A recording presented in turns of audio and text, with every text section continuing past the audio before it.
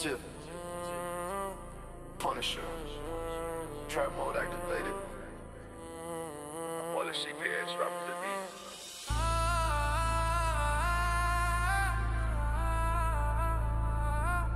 Hit the gas low, feel the rumble. Tiff on the block, shadow creeping deep. Punisher lurking, no time for sleep. CPS snakes stealing in the night. Family broken, but we ignite the fight. Apos and secrets with ice in our vein. YouTube dropping bomb, breaking chain. Giving more pressure, we won't fall here. Just a rum to make them disappear. Tiff and the Punisher hit it. Fighting for freedom, they can't hold us back. Abolish CPS, catch it again. Exploding the truth in the trap of a time. Pump it up, pump it up. Pump it up, pump it up. Punisher roll, D-tip never crack. Hit the gang, gang, gang. Justice in the trash.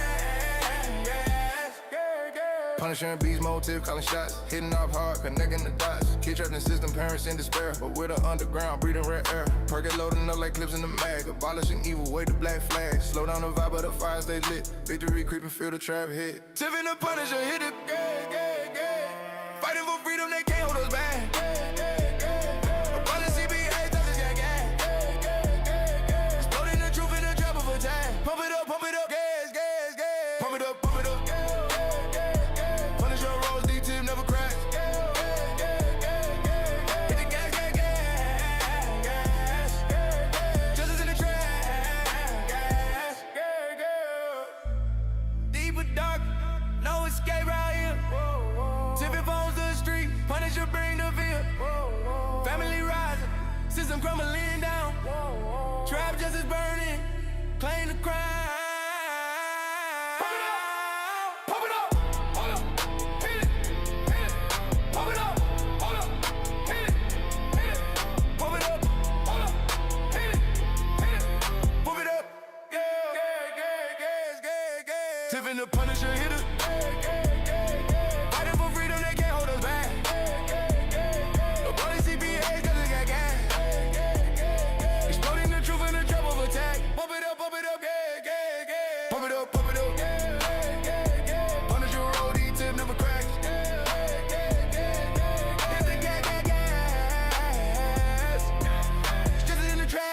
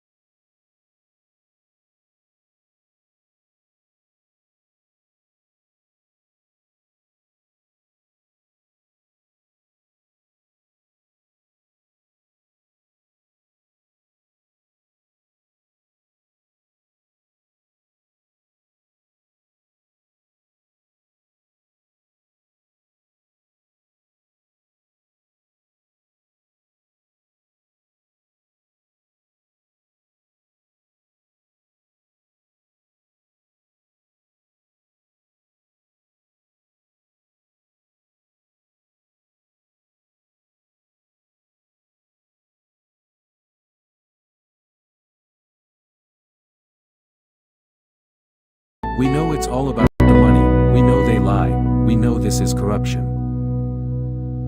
Does CPS know what they are doing to the children?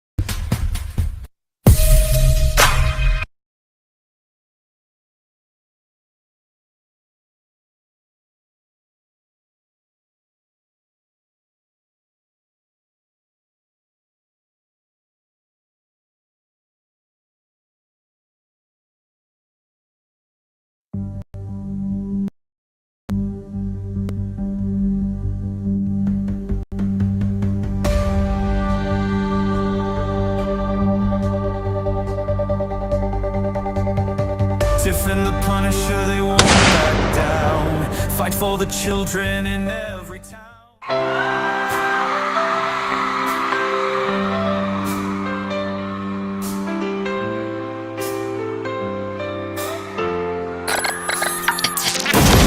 They are taking our kids every day. I shout them in and no one has a thing to say. For those who have been isolated, don't be worried, you have a voice today. So listen up everyone, here is the story. Child Protective Services is real. CPS is what they call it. They want our kids because it fills a lot of people's wallet. We all think it won't be us. We say when they come we will be so tough. It all sounds good when there's no one to take them. But when they come, your voice gets to breaking. Stay calm, step away. CPS ain't taking no one today. We are educated. Stay calm, step away. CPS, you need to leave. I know the tricks up your sleeves. You can't do what you're trying to do. We have done our homework. Don't do a damn thing without a warrant. You no longer will steal our kids this way.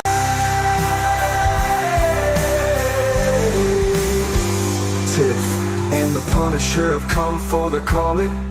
They are giving us the CPS warning. Their voice is loud and clear. We stop losing our kids this year. Tiff wants to fight the entire planet. She is tired of our kids being taken, god damn it. She's been fighting CPS for 30 years, bringing children home from this disgusting mess. The Punisher is screaming out loud, abolish CPS and tear it down. I want all our kids to come back. Look at all those kids' pictures held up like thin tags. Together we are stronger than we need. We will tear down CPS with high speed. We will do so much being together. Birds of a feather flock together. So watch out CPS, here we come. Picking you one by one. We promise to bring back the family and prosecute the caseworkers unhandily. Give us back the kids you have taken. Tiff and the Punisher sending you all on a vacation. The one with bars in the windows and the only games you play are on Nintendos. Corruption in courts, here we come. We won't stop until it's done. You judges need to learn what you stand for. This is Tiff and the Punisher warrior. We cry out to all of you out there. We need support for a cause that many don't care. All children are being stolen way too often. So CPS, we plan on doing the stopping. Stop.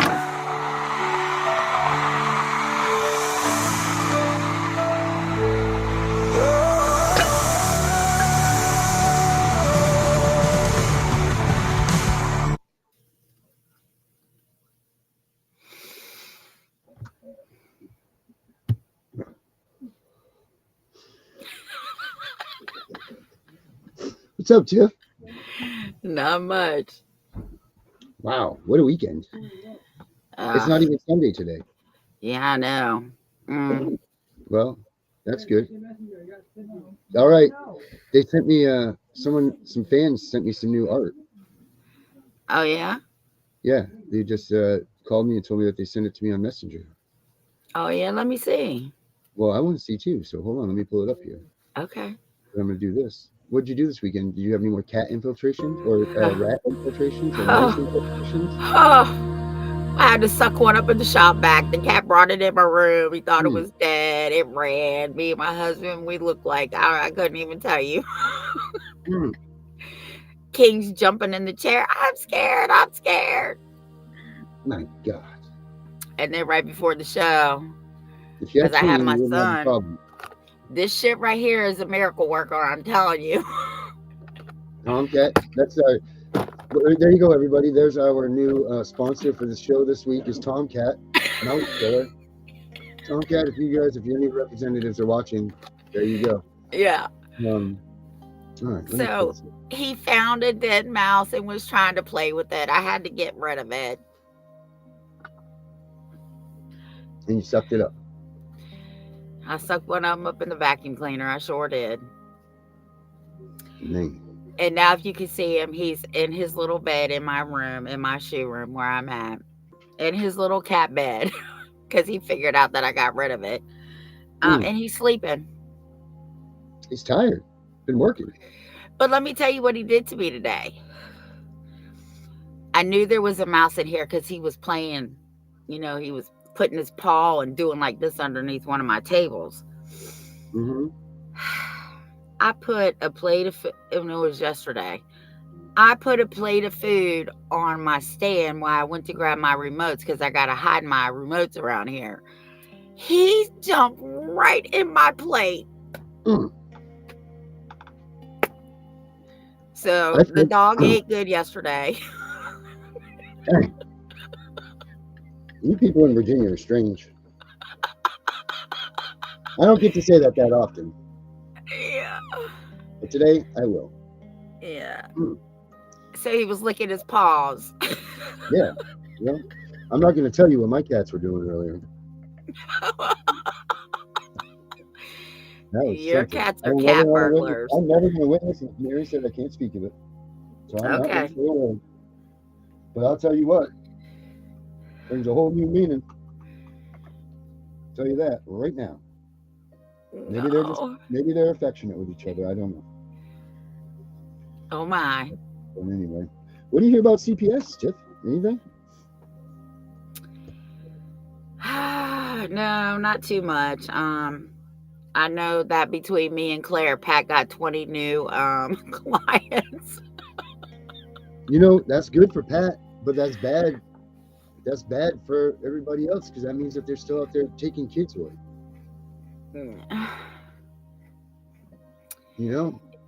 That's what it means. And it's freaking terrible. Because there's families out there that don't need to have this shit happening. No one deserves to have this stuff happening. But well, one guy called me on Friday. I've been talking to him about Pat for over a year, and he called me as I'm cleaning up my room. And he's like, Tiff, do you promise you swear by Pat? I said, listen to me. Pat is going to tell you the truth. You know what I'm saying? If he don't think he can get your kid back, he's going to tell you, I can't help you. Mm-hmm. If he tells you your kid is coming home, but you have to do a few things, do those few things, because if Pat says your kid's coming home, your fucking kid's coming home. Mm-hmm. So he hired him. Oh, good. I mean, his track record proves that he's getting things done, right? Oh, yeah. Absolutely. So, I mean, that's good.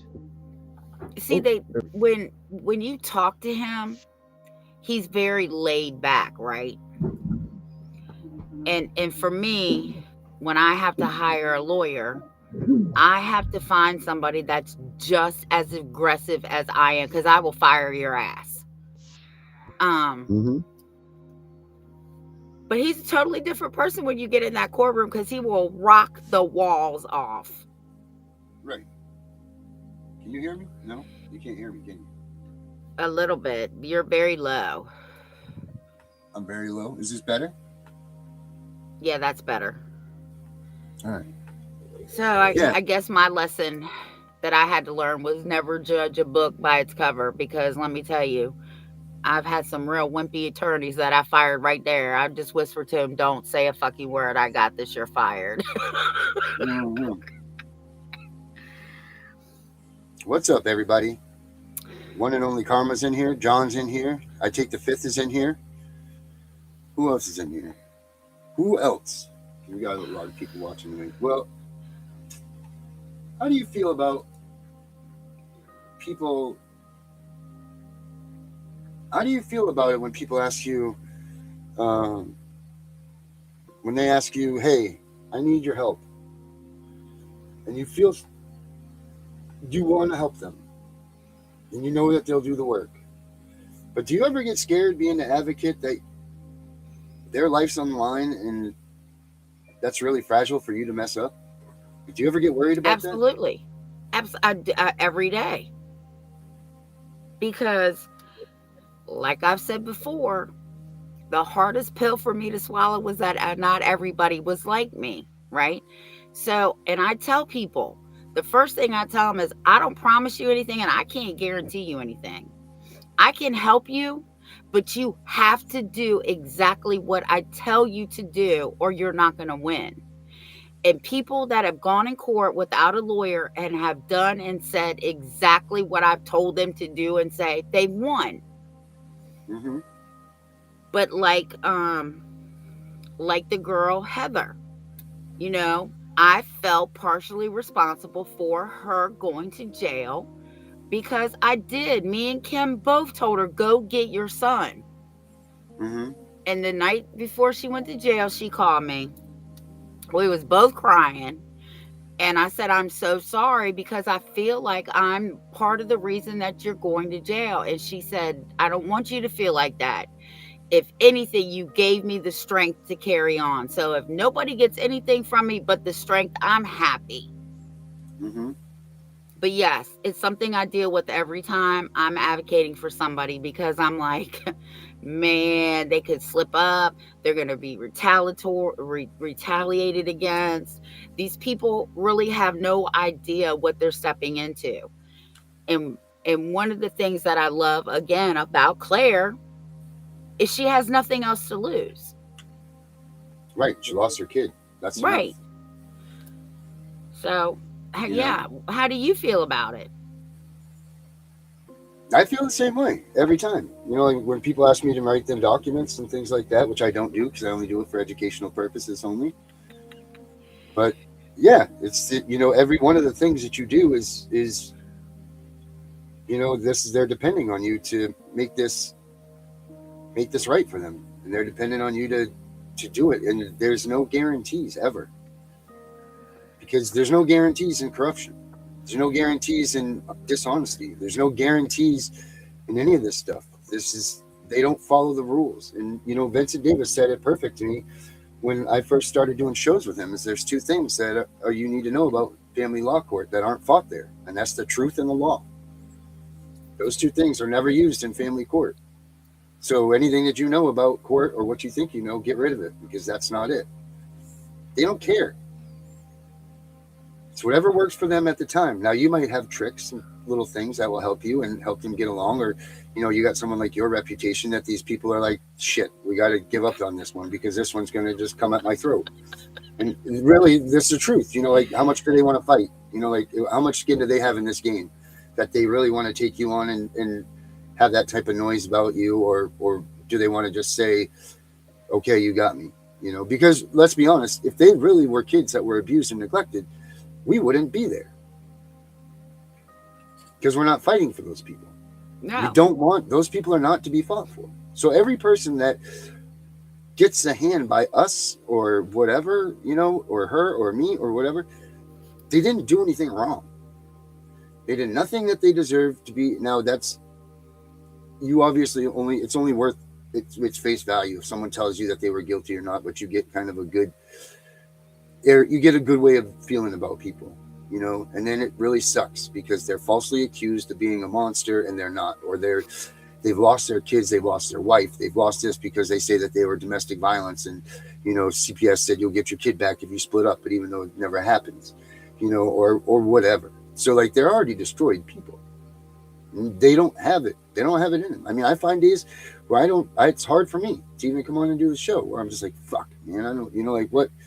Because I'm not really actively in the fight anymore for myself. You know what I mean? I'm in it for everybody else, but it's not like I'm fighting for me anymore. You know, like it's not like that. So, I mean, there's days that are hard. you know, and people got to understand that about us. Like there's days where I just don't want to pick up the fucking phone because there's never anything good. 1 out of every 52 phone calls that you get has something to smile about. The rest of it is they took my kids. Let me guess. And they lied. Okay, that's right. And then they lied in court, right? They perjured. Yep, they did that. And they didn't have a warrant, right? No, they didn't. And there was no reason for them to take your kids, right? No, okay, yep. You know, there are all those conversations. And it's taxing on you. It really is. It's not like every day you're like, all right, I'm going to pick up that phone and you're going to tell me 15 people are going to call me and put a party hat on and be like, woohoo, we won. That's like on Friday, before I talked to the guy I was just talking about, I've been helping another guy on and off for the last couple years. And I get a text from him and he's like, CPS here now. He's here. CPS said because I wouldn't sign their safety plan, they're going to get a protective order. I don't remember exactly what it said. I'm just going to say protective order. I said, for what? He said, because something having to do with the mom. I said, but you have custody. I said, call your lawyer. His lawyer's cool as shit. He knows exactly what's going on. I said, and if your lawyer needs my help, you tell him to call me again, because I'll help him again. Mm-hmm. Just bullshit. I want to get to this big message that Danielle Calderon just put in here in a second, Okay. But Becca wants you to hear your opinion on complying with CPS and when you should and shouldn't. The only time you comply with CPS is if a quote unquote administrative judge says you have to. Other than that, everything is voluntary. But me, I don't comply to anything. Okay, because I had a judge try to make me comply with CPS, and I told her I was not 3 times. She didn't believe me. We went back to court. CPS stood up and said, Ms. Wise didn't comply. You're right. I told you I wasn't. And then I was pissed and I started crying and I said, don't make me leave your courtroom and go call a civil rights attorney because you will not take my liberties, my freedoms. Absolutely not. She dismissed the whole case. So if you're not Tiffany, only when a judge tells you that you have to. And even then you can challenge the judge. Why? What's your probable cause for this order? What did I do so wrong? Where is the proof? You know, but you got to be careful because, you know, then they might throw you in jail for contempt of court. So just be careful, but never comply with CPS. They have no authority. Mm-hmm. Now, what did Danielle say? So this one's good. And she's right on the money about this. Unfortunately, it sucks. So I guess that didn't work for me to put it there.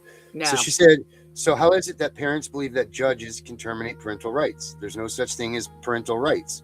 Fatherhood and motherhood are blessings from God Almighty. We the people don't need government judges, CPS social workers, or any other person's permission to have offspring. That is God's will. Offsprings are blessings from God Almighty himself. Our fatherhood and our motherhood written in our DNA passed on to our kids through their genes. And she's right about that. However, there's not enough people that will stand up and have that same feeling at the same time to make that worth a shit. You're absolutely right. The Almighty is all you got to answer to. That's it. Because at the end of the day, we're only here for a short time. Sure are. The rest of this time belongs to God himself. And we're not even supposed to say his name. So it belongs to the man upstairs. And he's the one that allows us. He's the one. Listen, our only reason to be on this earth is to reproduce. Yeah. That's our purpose. Somewhere along the lines, they figured out that this is a must-do, or it's going to happen anyway, and they figured out how to make money off. They figured out how to make this a corrupt system off of us. And then, you know, like I've seen things, and who knows what the truth is anymore? You don't know what the hell the truth is. You know, there's people talking about the bar being put in the accredited registry, and you know, all of these things and all of this. Now the Supreme Court makes the rules for the bar. And if that's the case, then what does that mean? Does that mean that the Supreme Court's part of the English crown? Or does that mean that this bullshit that the English crown is part of this? All of these things, we have no idea. This stuff is so tainted now. But the one thing that we do know is that our children belong to God. And God's going to be really pissed off.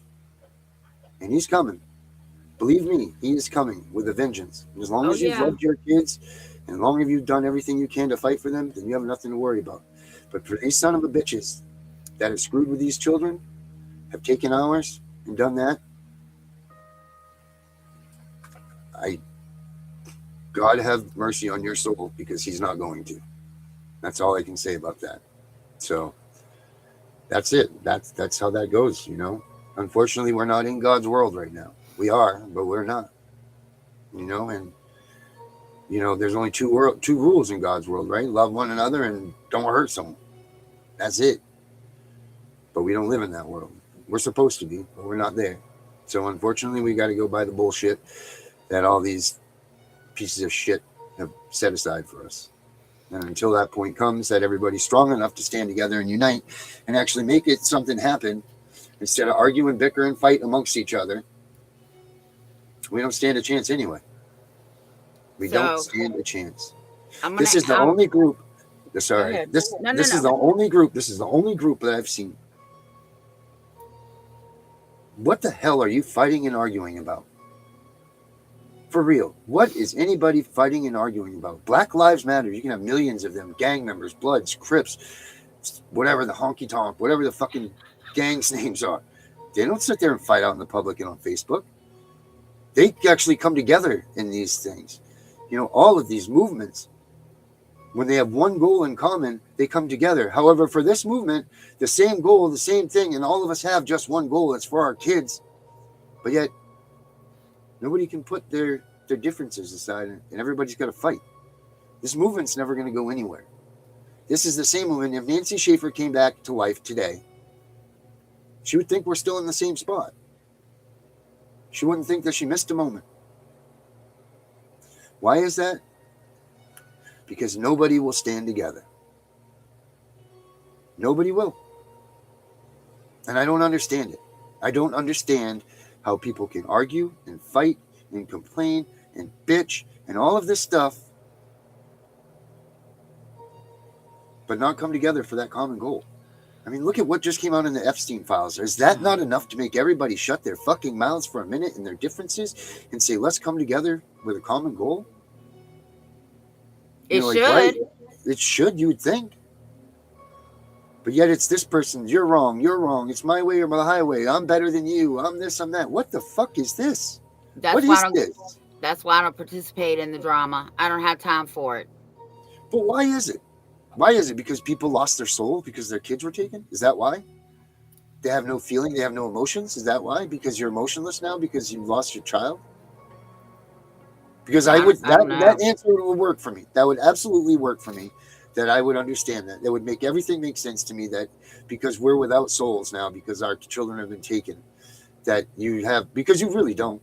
Once you lose your kid, you have no emotion. You have no nothing. You live in a dead world. You just live in a walking zombie land. That's the truth. Especially when your fight's up. Yeah, my fight's been gone. You know, when you have nothing left to fight for. You know, and you're just like, well, what do I do now? You know, you kind of feel weird about staying in the shit with everybody else, because why am I? I have done nothing in this, but you know nothing else, and it becomes your comfort to stay here. It becomes your this is where your zone is. This is where you belong. This is where you fit in, because you can't just go out in the street and start talking to somebody about your kid being taken by CPS, because they're going to look at you like you're a fucking lunatic. They're going to call the cops on you, and they'll be throwing you in the loony bin. The second you start telling people that the government's kidnapping our kids and all that stuff, when you get past the bullshit world that we live in and get into the regular people world, you know, where people still live lives and have Christmas and, you know, still do stuff, they think we're all fucking lunatics. You know, it's crazy. Absolutely crazy. So I want to answer Becca's question. Yeah. You stand on your rights. Okay. I didn't get my kids back because I complied. I outsmarted them bitches. What I did was, oh, you want to give my kids to their abusive father? Great. Where do I sign? The minute I signed that paper, 2 months later, I was right down at the courthouse, filed for full sole custody and won. You got to beat them at their own game. Yeah. I don't comply with anything. If I'm going to tell you right now, I'm the type of person that if I tell you I'm not doing it, Jesus Christ himself cannot make me change my mind. If I'm not doing it, I'm not doing it. I don't care who you are. I don't care what you say. I don't care what you do. You could be on the floor begging, pleading, and crying. It doesn't matter. I've already made up my mind. It's done. It's over. And I'm not doing it. Period.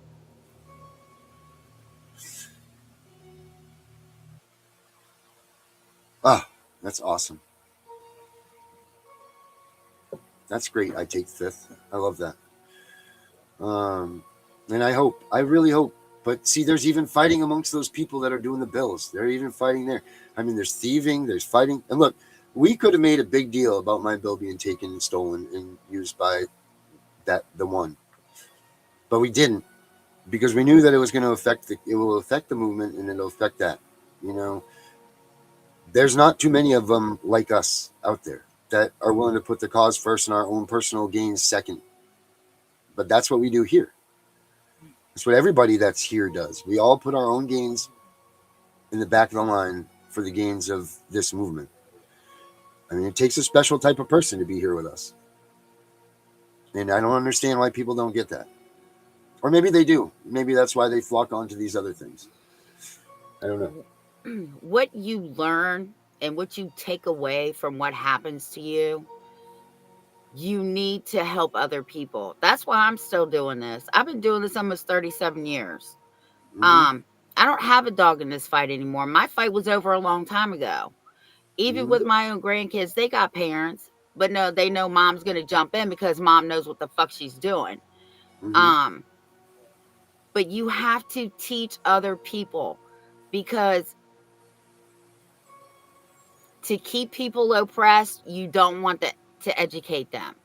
You need to educate people. I don't care if they think you crazy. Oh, you should have heard all the shit that they were saying about me, but I don't give a fuck, because them motherfuckers didn't pay my bills, put food on my table, or nothing. It doesn't matter what people say about you. You, God, the courts, these crooked motherfuckers, these corrupt motherfuckers, they all know what the fuck happened, right? They want you labeled that because see, everybody in town thinks Miss Wise is crazy. Yeah, I am crazy. Fuck with one of my kids and find out. I am crazy. So yeah, don't get it twisted. By design. I retired. What'd you say, Darren? I said you're crazy by design. You're not. I am crazy by design. That's right. But you know what? I want everybody to remember this. And this is what I live by. A couple of things. Karma has everybody's address, so don't worry about it. Every dog has their day. And you know what? What's done in the dark comes to the light. Just remember that. There is going to be a time and a place and just get your popcorn. That's all I'm going to say. Because like I said, karma, one, has everybody's address. I don't care who you are. Every dog has their day. And it all comes out. What's done in the dark comes to the light. It never fails. Never fails. Never fails. So that means a lot of people have some things coming to them. Just don't ever give up hope, please. No. Hope is it. Hope is all you got. At the end of the day, hope is a viable thing. Hope is something that you can hold on to. And you need to, because without that, then you are done. That's why we get so pissed off about these advocates that lead people to the wrong direction. While you can't play with people's hope. You can't do that. It's actually cruel. Yeah, hope can be the difference between being here today and gone tomorrow. Yeah. You know? And for God's sakes, don't give them anything, right, to use against you. Just don't give them anything. I don't care what they say about me. They called me belligerent right in the courtroom, and I was shaking my head. Yeah. Yep. I was belligerent. You're on my you brought the shit to my front door. Mm-hmm. You fucking right. You have no business being here. So just hope and faith. I know it's hard. Don't give them the power either to take the rest of what life you have left. I understand I lost a child to the system. I understand they TPR'd me. And for 2 years I didn't want to do anything. And then, like I said before, I woke up one morning and I had an epiphany and said, why the fuck am I going to continue to let these people, one, have space in my head and control what I do? No, I'm not doing that anymore. No more. You have to live your life, because one day your child will be back. Whether they continue a relationship with you or not, they will be back.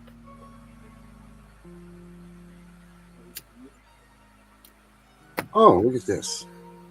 What? Let's go to the movies for a minute. Okay. This is kind of right in line with what we're talking about. Everyone, get your popcorn. All right, go to the movies. This has been doing this to me all freaking day. I wonder why. They kick you off. We're doing something. We're trying, if anything's going to happen, it's going to be because of the efforts that we're putting into us, God with us. Like that, that was what I would tell myself. And now when I hear about these causes, I still get horrified. I still get angry. I mean, any normal human emotion that you get to this. But a big part of me is like, yep, we're going to fix this one too.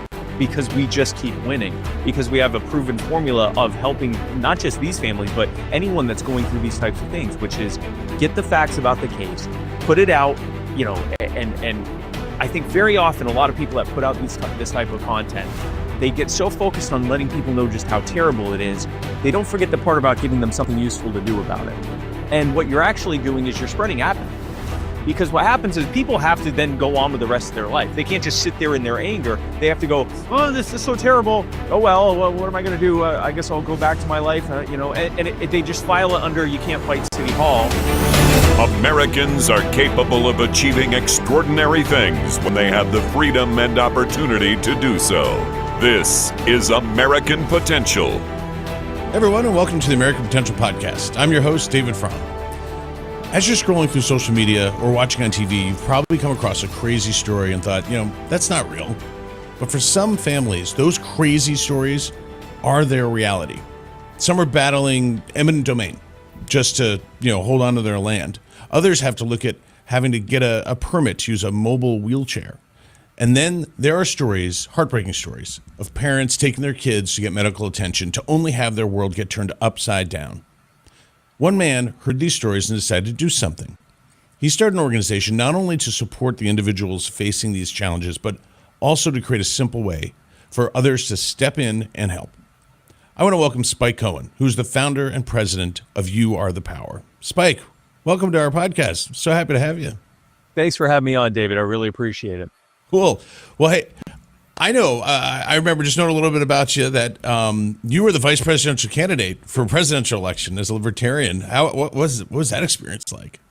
So was possibly the most challenging thing I've ever done. It's certainly up there, especially since it was during the lockdowns and all the mandates and everything. So not only did I visit close to 40 states during the campaign, almost a different state every day for months on end, but I did it at one of the weirdest times to do that, at a time when sometimes we were the only people on the plane, or I'd go to certain states and do a campaign event and have to leave before 8 p.m. because otherwise they would literally cordon off the roads leaving the state, and you were stuck there for 2 weeks on quarantine. So all sorts of crazy stuff. But my takeaway during that campaign is that this movement has a lot of growing to do if we're going to get anywhere.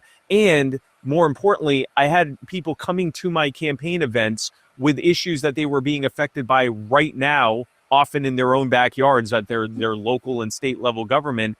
And the only thing I could offer them was that we were trying to grow the movement so that one day we could help them. Well, they needed our help right now. And so coming out of that campaign, it really led me to create what is now You Are the Power. Yeah, that's great. So it was directly related. So tell me about, how you had the idea for starting You Are the Power and kind of what it's all about. Yeah, so during the campaign, two different things happened. One was I met all these people that were putting together all these campaign events across the country. It was a fairly decentralized campaign in that we relied very heavily on local activists to put together the different events that we were coming and speaking at. And I'd meet these people and they were so excited that they were able to, fight to get us on all 50 state ballots and get all this, get all these events put together and get all these people to show up, especially during the lockdowns and everything else, which made it even more difficult. And they were excited. And they said, man, if only we could do this all the time, not every 4 years, and do it towards something that we actually had a chance of winning. And so that was kind of in the back of my head there, hearing that over and over again. But then again, I kept having these people coming out to my events and telling me about these horrific things that their local and state level governments were doing to them. You mentioned some of them, eminent domain cases. People were having their homes taken from them.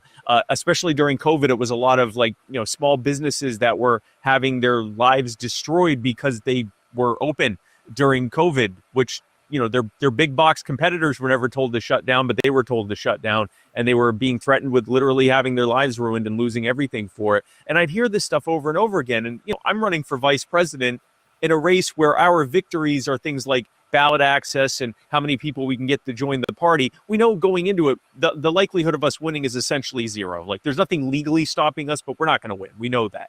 And so it was very difficult to look at these people and say, well, one day I'd like to have a movement strong enough to do something for you. It just seemed like there was something that we could do. And so coming out of that campaign, I thought, what if we just told the stories? Because then, now I have a fairly decent sized platform of people following me. And I thought, well, what if I use my social media to tell the stories of these people whose lives are being upended by corrupt government officials and bad government policy? And instead of just getting people upset about something terrible, actually giving them a call to action to reach out to those specific individual officials that are doing this thing to them, give them a feasible thing to tell them to do, usually just stop doing whatever this terrible thing is, and see if that worked. And so throughout 2021, as sort of a proof of concept, we picked a few test causes to see if we could actually accomplish this. We had a roughly 70% success rate with the budget of nothing and, just essentially a few dozen volunteers helping us. And based on that, we launched You Are the Power in 2022. And since then, we have had a nearly 100% success rate. Wow. So how do you get people involved? And if someone comes to help you, what do they do, practically, to try to make a difference? Well, the first thing, if someone comes to me needing help, the first thing they can do is go to youarethepower.net/help and give us all their information about what's happening to them. And my team will follow up with them, get all the information we need. We have a very thorough vetting process because we want to make sure the causes we're taking on are true and legit. We have all the information we need. We want to make sure that it's something we can actually build a movement around. And we also want to make sure that what we're calling for is something feasible, something that we can actually get done in a reasonable amount of time. And then once we've done that, we put it out to our social media, and we put out content that very often becomes viral and often gets millions of views. And then from that, we direct people to go to a page on our website that has all the particulars about that specific cause. But most importantly, it has a very easy way to reach out to those officials that are doing whatever the harm is in whatever case of that cause by basically just clicking where it has either their name, or if it's many officials that need to be targeted, we have a thing that just says, click here to email the officials. It has all of their emails already in the to line. It has the subject in there. It has all the wording in the body.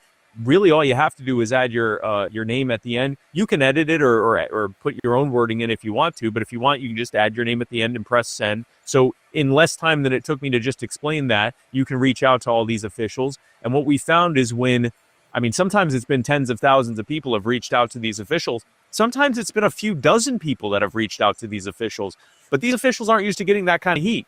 They aren't used to getting tons of emails in their inbox. They're not used to going on social media and being famous suddenly for all the wrong reasons. Just about every time they back off. Not immediately, but usually they either back off Sometimes they actually realize what they did was wrong and they join us in fixing it. But usually, more often than not, if only for political expediency, they back off and do the right thing. So public pressure and political pressure, grassroots pressure is the lever that you're using to make change, if I'm understanding it right. It also seems like one thing I always found is that when there's a light shown on government and there's some transparency provided, that really does change how a lot of elected officials or unelected folks, your bureaucrats, kind of behave. And so that's kind of what you are the power is really leveraging here. Is that right? We're doing two things. Yes, we're using public pressure. And yes, it is true that the best, disinfectant is sunlight. And a lot of this stuff is happening just because they can get away with it. You'll hear of these city councils doing these brazenly horrific things during their council meetings because they still have to actually go through the rigmarole of doing it, but no one's there to watch it. So, they're sitting there, they're drinking coffee to barely stay awake, and they do whatever their unanimous votes are, or maybe there's one person dissenting from it, and they're destroying people's lives in the process. Maybe the people whose lives they're destroying show up and say, hey, please stop doing this, and they just ignore them and go through it. But it's not, the public isn't seeing it. But I think there's this other thing that's happening that we're helping to expose. I think very often these officials, especially since no one is giving them any feedback, they start to fall into their own lies of thinking that this is just part of the process, or they're just doing their jobs, and they got to break some eggs to make omelets, or whatever they have to tell themselves to do it. They kind of set their humanity aside when it comes to these things. Mm-hmm. They go home, they kiss their kids on their foreheads, they worry about their kids' future, they worry about their neighborhoods and communities. They may even very much worry about whatever it is, the issue that they're working on. But when it comes to this specific thing, stealing someone's home with eminent domain, or charging someone with things that they know that they didn't do, fighting to keep body cam footage from being released to protect officials that did harm, tearing children from families, whatever the thing is, they kind of just put that aside. Well, this is just part of my job. And we're reminding them, this isn't part of any job. And if it is, you should quit. But this isn't your job. Your job is to be a human and to use your agency to do the right thing. That's always what your job is. And I think very often we've had people resign because they were just too corrupt to do the right thing. More often than not, they do it for political expediency. But we've had legitimate cases where the people, I think, genuinely realized, wow, this isn't just whatever I've told myself it is. It is a terrible thing. And they have not only backed off and done the right thing, but they've often joined us in making it so this never happens again. Yeah, I think there's a lot of good people still who get into public service for the right reasons. Yep. And then over time, you're ground down or you become hardened. You see a lot of terrible stuff if you're in the kids section, for instance, or whatever it is, or you just tell yourself, hey, well, this is what we do. But I think there's just such a disconnect between them dealing with another case, signing that piece of paper, pushing it over there, getting to it when they can get to it, return that voicemail when they get to it. And that same situation is the biggest life-altering thing going on in that family's life. Yeah. I mean, that inequity is always so frustrating, when you interact with the bureaucracy or government in some way. And it's always struck me that it's like, if you could just get this person to care about this the way that we care about it, we really could have a real dialogue here and come to a reasonable solution. But you never really feel like you're getting that. No, because I think two things happen. One is either people just look at it as some leviathan that they can do nothing about, and so they just kind of keep their heads down and they look away from it. Or the second thing is they go at it as though these are their adversaries and they must destroy them. And we see what happens, right? Even if you win, Mm-hmm. you've now come in with the same energy that you just sought to replace, and you often become worse than the monster that you got rid of. What we're trying to do is bring it back to a human level of saying it should have never been this way. I'll give you an example of this. So there is a family, the Hernandez family, Matt and Tucky Hernandez, and they have two children, two little girls, Emma and Aria. Now, when Emma was a baby, just a few months from being born, she started suddenly having swelling in her legs, and she was just getting increasingly fussy. So like any loving parents, they took her to the hospital. And at the hospital, this was in Georgia, so they took her to Children's Hospital of Atlanta. And so at the hospital, they did x-rays on her, and they did a bunch of blood work. The x-rays showed that she had multiple fractures throughout her legs at various stages of healing. The blood work, when it came back, indicated that this was being caused by chronic health issues due to very depleted vitamin D levels and a host of other things that pointed to this, and a lack of any evidence of any trauma. So this wasn't being caused by any kind of physical, there wasn't any abuse, there wasn't any kind of accident. This was being caused because her body was actually causing this to happen. It was a health issue. And for some reason, both of their children were taken from them. They were accused of abuse, and as a condition, they were arrested for felony abuse, and as a condition of their bond, they weren't allowed to talk to each other or be within however many feet of each other. So overnight, with not only no evidence of abuse, but full evidence of no abuse and evidence of an actual medical problem, they not only lost their children, but they lost each other. They lost everything overnight as a result of that.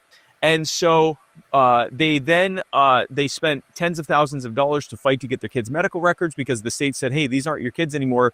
You don't have custody, so you can't get their medical records. That's not, we say innocent until proven guilty. That's not even guilty until proven innocent. That's guilty and not allowed to prove that you are innocent.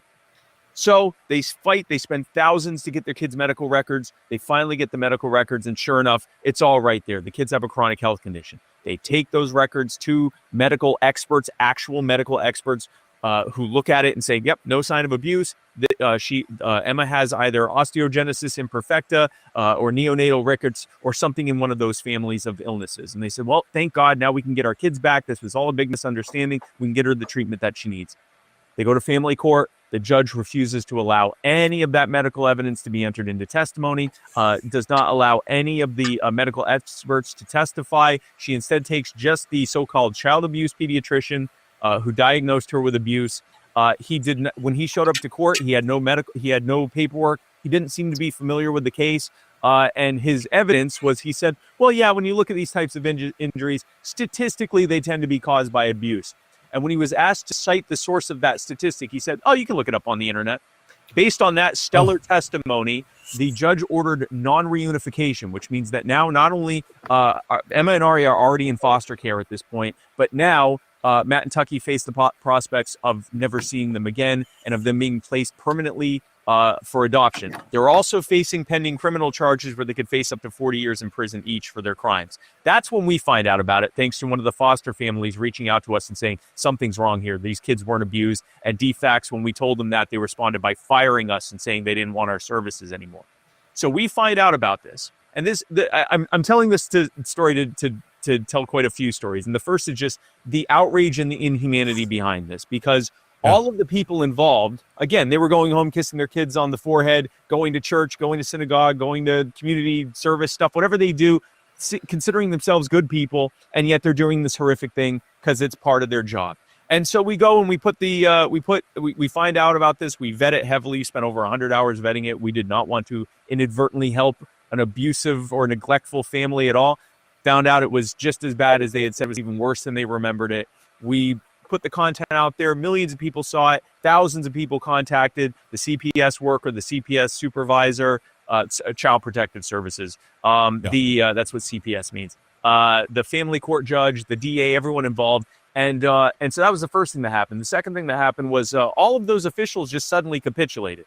The family court judge suddenly saw no evidence of abuse and no need to continue this any further. The CPS, it's called DFACS, Division of Family and Children's Services. The DFACS workers said the same, and they closed out their case. And Emma and Aria were now allowed to go and visit their parents and live with family. They couldn't go back permanently to their home until the criminal case was adjudicated, but at least they were out of the foster care system. Reunification had been ordered. Their family court case had been closed out. That nightmare was at least behind them. The next thing that happened was families with the exact same story came out of the woodwork from all over the country. Same exact story. My kid had Ehlers-Danlos, metabolic bone disorder, complications from birth, osteogenesis imperfecta, some health issue that fully explained their injuries. But our kids were taken from us. We've been legally railroaded. Everyone knows that nothing wrong happened to them. Some of them have even been charged criminally. Their families have been torn apart. And that's when we found out why. Under Title 4E of the Social Security Act, the federal government pays state CPS agencies based on the number of abuse cases they had the previous year. In other words, they're paying them every time they accuse someone of abuse. And so what we're seeing happen is that the CPS agencies are just looking for the easiest way to accuse as many people of abuse as possible. And that means camping out in front of children's hospitals and waiting for people that show up with medically explainable injuries and parents who aren't doing anything to hide anything because they don't have anything to hide, and they railroad them over and over and over again. And all they have to do is just destroy a bunch of families in the process, and they get all sorts of funding. So we put that out there. We now put all these other families out there. Now we're talking with other people who've been operating in this space for decades, and they said, we've only ever lost. Like we've every once in a while we'll get a family reunited or we'll get charges dropped or something, but 99 times out of 100 we lose. Every single family we put out, we've reunited. It happens over and over and over again in Georgia, in Arizona, in states across the union. We're having this happen multiple times over and over and again. And then we reach a critical mass in Georgia, which is where it all started, where after some of our content goes out and an investigative journalist named Rebecca Lindstrom makes a documentary about the work that we're doing, the head of defects, Candace Brose, reaches out to us personally and privately and says, I had no idea it was this bad. How do we fix this? Now, this isn't political expediency. She's not putting out press reports. She's not, acting magnanimous in front of cameras. She's saying nothing publicly and taking all sorts of heat and reaching out to us privately and saying, what do we do to fix this? So we give her a list of things that have to be implemented immediately. The biggest things are parents that are accused of abuse need to be able to get their kids' medical records and get a second opinion from a licensed, accredited medical doctor that's outside of that getting funded by the federal government system to try to prove that they're innocent, just like any one of us would want to do. And the other thing that needs to happen is the doctors accusing them have to actually attest that they reviewed the kids' medical records before just stamping abuse on their file. And there are a few other changes as well. She implemented those policies immediately, like without any hesitation. She did it immediately. Again, privately behind the scenes, we're the ones who came public with it saying that she did it. And then we went to Capitol Hill and said, this needs to be codified into law. And when she was asked about it, because it's her agency, she said, this is what we're already doing. It needs to be codified into law. Previously, when we spoke with lawmakers, they'd tell us, we're not really interested in that. We actually had one lawmaker tell us, I'd rather see innocent parents lose their kids than guilty parents not lose their kids. That was the response we were getting on Capitol Hill. With this change that happened, they ended up naming this rule Ridge's Law after Ridge Collins, who was taken from his parents for 3 years after he was wrongfully diagnosed with abuse. We helped to get them reunited as well. It was named Ridge's Law. It was passed unanimously in both chambers of the state legislature in Georgia, and it was signed into law back in May by Governor Kemp, surrounded by Ridge Collins and his family and many of the other families.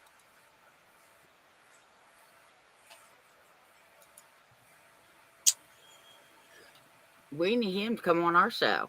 Yeah, we do. So good for him. Mm-hmm. Good for him. That's what needs to happen, right? We need more of that. Yeah. We need more of that. That seemed like a good end to the, like his stories came to an end nicely. So check him out. I don't remember what the hell his cause was called. I just forgot it. You Are the Power. You Are the Power. There you go. And keep fighting. Otherwise, we'll see y'all here tomorrow. Because that's what we're going to do. We'll be here tomorrow to fight with you for another day. Have a good night, everybody.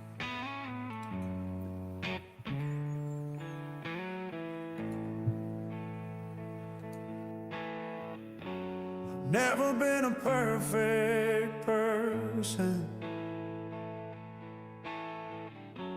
I put the cart before the horse. A list of reasons, long as sermons, why I never needed a God. Then I heard his voice, so sweet, it put me on my knees. I'm holding on to hope for dear life, with God driving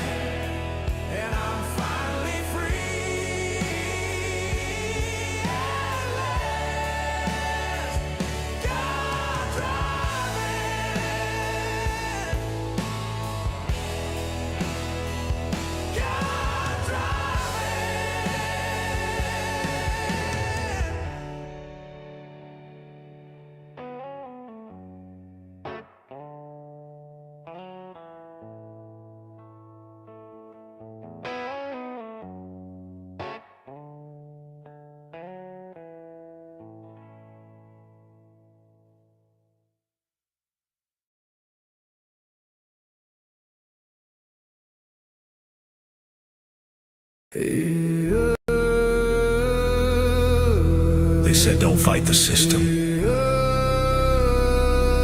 They said stay quiet. They were wrong.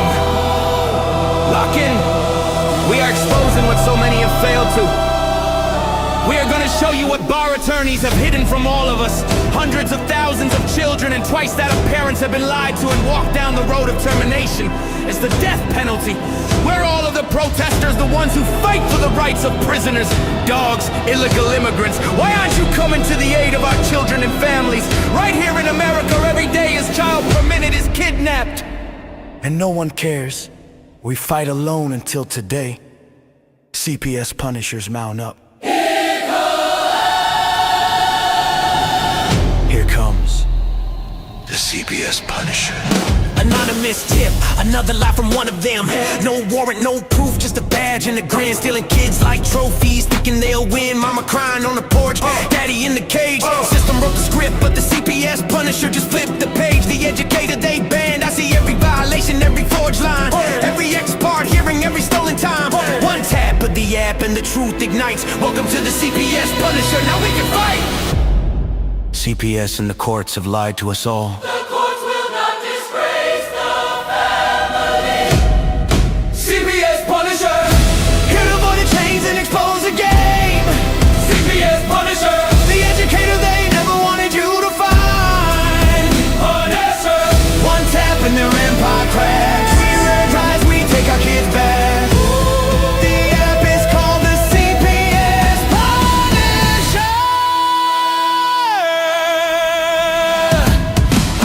In the shadows, the skull in the night, the binder full of secrets, the weapons you all need. Ab initio, watch me void that lie. Fourth Amendment armor, watch the tyrants cry. Falsified drug test, gone in a flash. I see Tevio, warrior, due process king. Every parent's hero when the hotline rings. I call it justice. Download the truth, now the system busts us. From the courtroom to the streets, hear the battle cry. The CPS Punishers arrive. Kiss your bar asses goodbye. They tried to silence us, now we're the loudest voice in the room.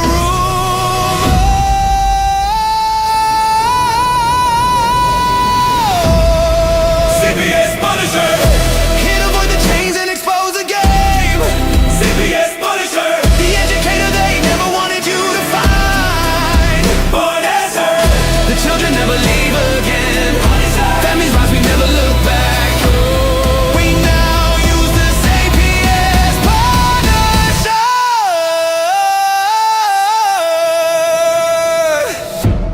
This ain't revenge, this is reunification. This ain't rage, this is resurrection. Open the app, step into the fight. You ready? CPS Punisher, the app you need when they took your kid. CPS Punisher, the truth they hid, now the truth gets lit. Punisher, download the power, take back the throne. Punisher, you're never alone.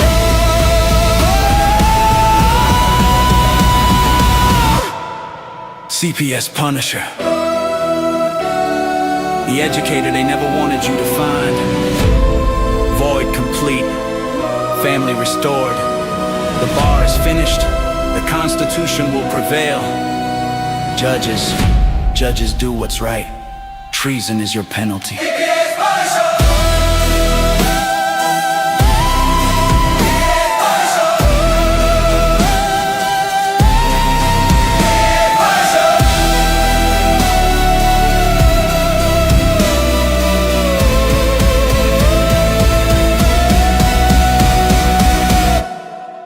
Here comes the CPS Punisher.